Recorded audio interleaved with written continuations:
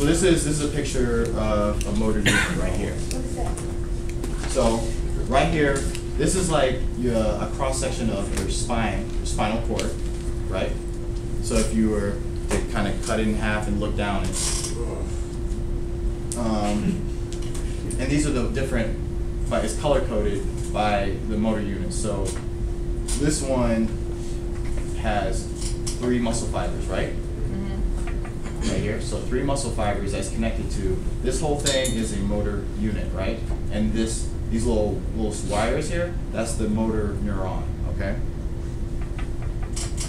This is a different thing. So as you see, within a given muscle, let's say this was like your bicep, you have different motor units connected to it. Okay. Now this one shows, well, this one says 2. But let's say within any given muscle, you could have one that had 100 muscle fibers, you could have one that had 5, you could have one that had 10, and there's a reason for this.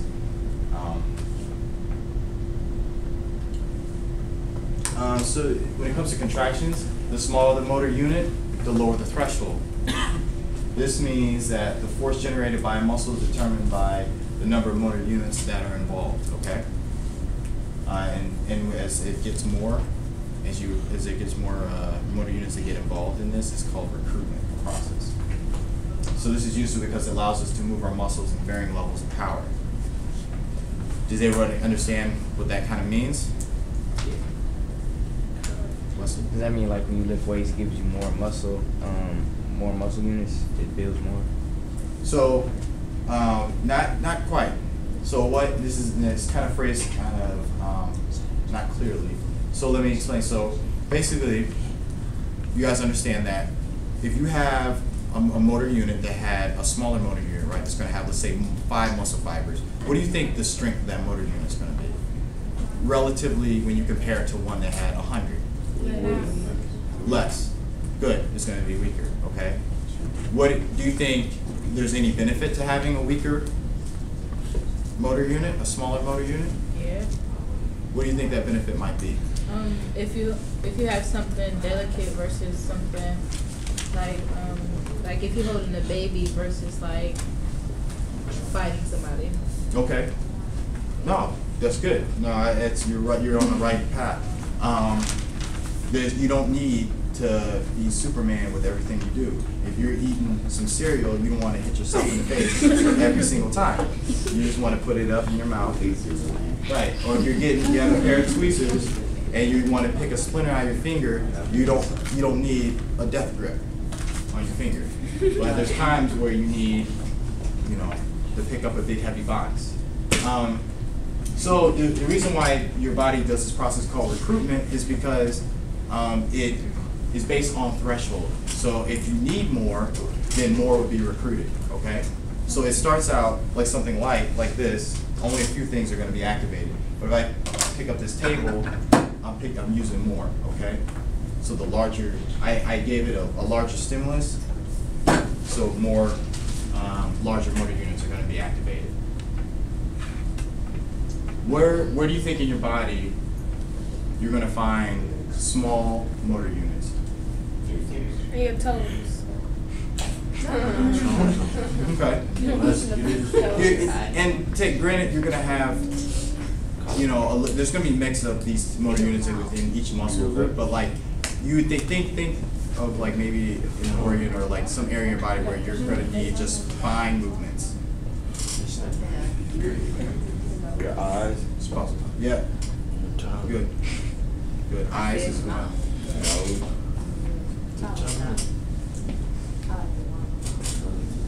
Eyes. That's a good one. And then, you get just anything you probably move things really lightly, but eyes are very you have to move your eyes ever so slightly, and that's probably part of a really good example. And then where do you think you find large ones at? Right. Big tree trunks, quadriceps, biceps, your chest, abdominal muscles. Don't question me. What is innervates? What'd you say? What is innervates? Innervates? Good question.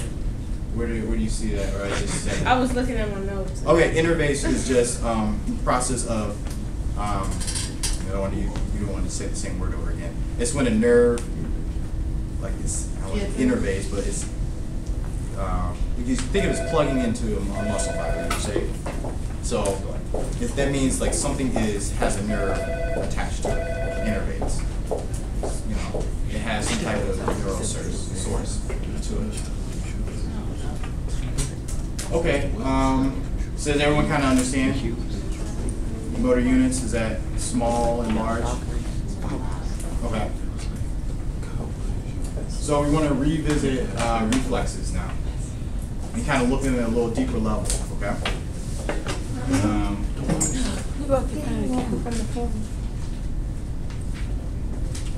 Okay. So let me see. What do you guys remember first? Go back. What do you guys remember about reflexes?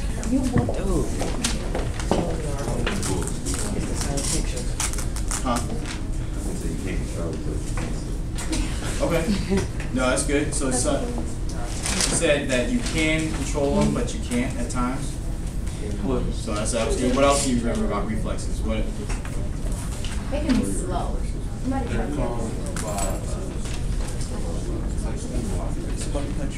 Say it again? Okay. So it needs some type of stimuli to activate them. Good. You guys have anything else? And that's pretty much kind of the highlights. The other way. So there are stereotypical motor responses to specific kinds of stimuli. You know, the classic one that you saw in the picture and that I think we discussed on Monday was the stretch muscle reflex. So the pathway differs from the kind of model that we just set up, right? The traditional one, or at least the one we talked about for sensory, is it goes from the periphery, the receptor, gets activated, goes to the spinal cord, up to the brain, comes back down the brain, and to the spinal cord, and then out to the muscle fibers. This one, it goes to the spinal cord, but it doesn't have to go to the brain. It goes through an interneuron in the spinal cord to a motor nerve and then muscle fibers, right? These just for reflexes? These are for reflexes. Now, this doesn't mean that the brain doesn't become aware that you do this. It almost sends like a simultaneous message to the brain, but it says, I'm going to do this action anyways.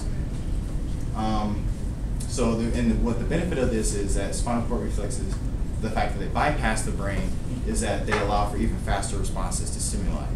And it gives us the feeling that, you know, we're not even aware. So kind of breaking it down. So someone hit you on the quadricep muscle. You see here. So this one is getting stretched. It's going, this is the sensory nerve, right? This is going to the spinal cord. Now what do you think this is right here? Which nerve is this? Is this person laying down? This person is sitting down. What nerve is this? So this is your sensory. And this is your efferent, inner neuron. So this is your inner neuron communicating, okay? So now look, now there's two parts to this, which is kind of unique, is that sensory neuron is telling the quadricep muscle that just got hit to contract, right? That's what happens. You do the reflex and your leg contracts. But also this inner neuron saying, hey, in order to contract, you can't have the opposite muscle, which is your hamstring and the back of the leg, contracting at the same time. That would not be good. So we had to have this guy inhibited and relaxed. So the hamstring muscle is told to relax during a reflex. And that allows for the maximal response. Okay. I'm sure you guys have seen a reflex. I have a reflex hammer, but I don't know. You guys have seen that before. But so another reflex I want to talk about is your flexor withdrawal reflex. This is your pain reflex. So this is something that we all, even though this is like a kind of a funny name, this is also something we know about. This is your pain reflex. What's really cool about this is that, you know, this is the afferent portion, and I'll explain it with pictures, but in words, it begins with nociceptors, so pain receptors, that will send a signal to the spinal cord and brain, which causes synergistic or same muscles on the same side to flex, and then the opposing ones to relax. So this is like the same thing that we saw before. And then, but also muscles on the opposite side of your body, they will extend and the opposing ones will relax. So this means that, so this is exactly what happens. So have any of you guys been you touched like something very hot, like a hot iron or a stove top? What's the first thing you do? Jump back. You just pull away without even thinking about it. Go ahead. I got burned by the iron on my leg, and it was like I was just sitting there for a minute, not knowing that it was on my leg burning, until like after a while. So what's that? Well, you might have been, I mean, I don't know exactly how hot the iron was, but, you know, it might, I don't know, I'm not exactly sure.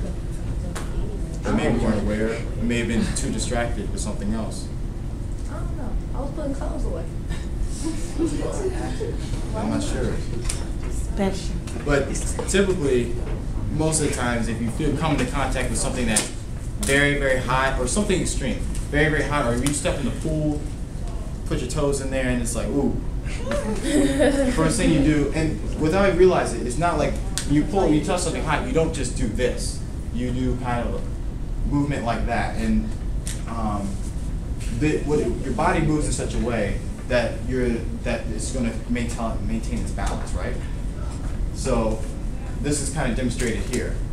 So the person is stepping on a sharp tack on his right foot, but then you notice that his left foot is kind of bending in such a way that he's maintaining balance, and you just naturally do that automatically. But that is these inner neurons right here sending information. Okay, so this is like more of a complicated reflex, but it's all you guys should maybe just remember is that you know, when you pull away, your body sends messages to all the other muscles in your body to maintain balance. Okay. So sensory, I wanted to kind of talk now, kind of putting stuff together. Sensory integration, because like this is where you know, this is where everything reflects the sophistication of the nervous system right here. Okay, like nervous system, we don't run by we just look at something with light and we do one thing at a time. Okay, like your brain processes tons of information. So the first thing we kind of think about is when you have sensory integration, it enhances the input that you get. Okay, sensory and motor input to maximize your interaction within a given environment. Some things that kind of, I should say, like all your individual senses, they can give you some good information, but they have the capability of being fooled.